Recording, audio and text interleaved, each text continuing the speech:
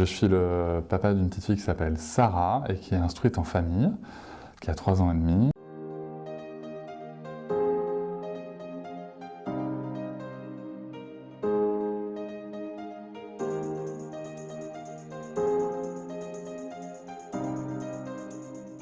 Et je vais bien scinder la différence entre aide et soutien. On n'est pas là pour aider, en fait on prend une place de soutien et on ne vient pas expliquer à la mère comment faire.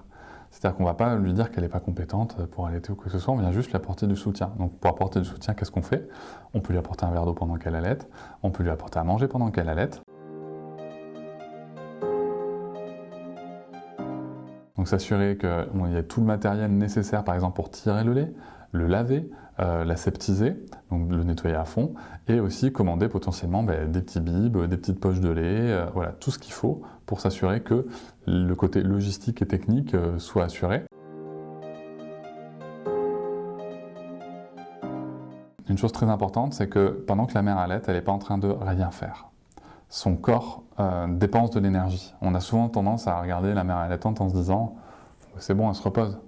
Non, elle ne se repose pas en fait. Son corps, ça lui demande de l'énergie. Et c'est pour ça que souvent, des fois, on a du mal à comprendre après une tétée par exemple, pourquoi est-ce qu'elle veut qu'on prenne le bébé ou quoi. Donc moi, le conseil, ça serait, une fois qu'elle a fini la tétée, si elle le souhaite bien sûr, c'est de prendre le bébé en portage ou ce qu'on veut, s'occuper du rot, mais prendre la suite parce que l'allaitement, ça lui demande de l'énergie.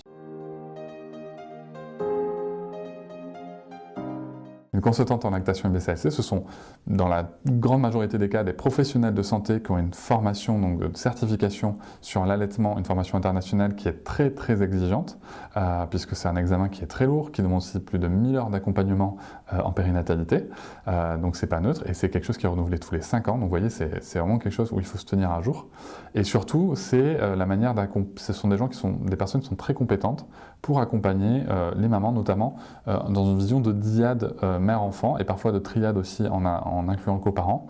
Et ça permet vraiment d'avoir un accompagnement performant, en tout cas efficace sur un allaitement pour bien écouter les difficultés que pourrait avoir la maman et pour trouver des solutions à ces difficultés parce que culturellement, on a quand même perdu beaucoup de choses sur la pratique de l'allaitement. Et aujourd'hui, pour moi, ce sont celles qui sont les plus compétentes sur le sujet.